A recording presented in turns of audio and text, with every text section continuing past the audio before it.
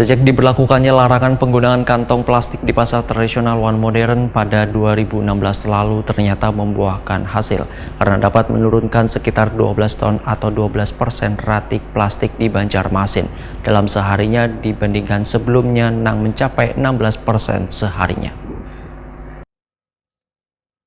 Sejak diberlakukannya larangan penggunaan kantong plastik di pasar tradisional One Modern pada 2016 lalu ternyata membuahkan hasil karena dapat menurunkan sekitar 12 ton atau 12% ratik plastik di Banjarmasin dalam seharinya dibandingkan sebelumnya mencapai 16% seharinya.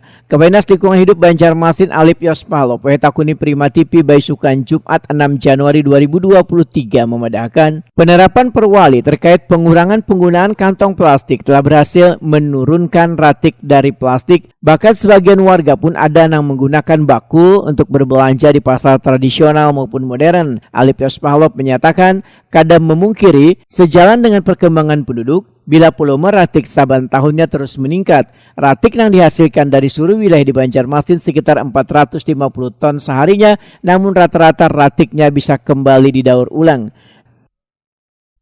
Ya, untuk volume sampah memang kita akui dari tiap hari, tiap tahun selalu bertambah ya, karena menyesuaikan dengan pertumbuhan penduduk.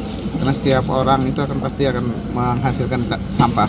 Jadi sampah kita sampai dengan hari ini mungkin sekitar 450 ton per hari. Per hari malah. Iya. Jumlah itu meningkat pun sudah mengalami, kita ada pengurangan sampah plastik dan sampah-sampah lain yang kita lakukan di PDU, kemudian ada TPS 3R, itu ada beberapa bank sampah juga kita lakukan. Jadi sudah ada pengurangan yang masuk di sini sekitar 54 ton ya, Pak.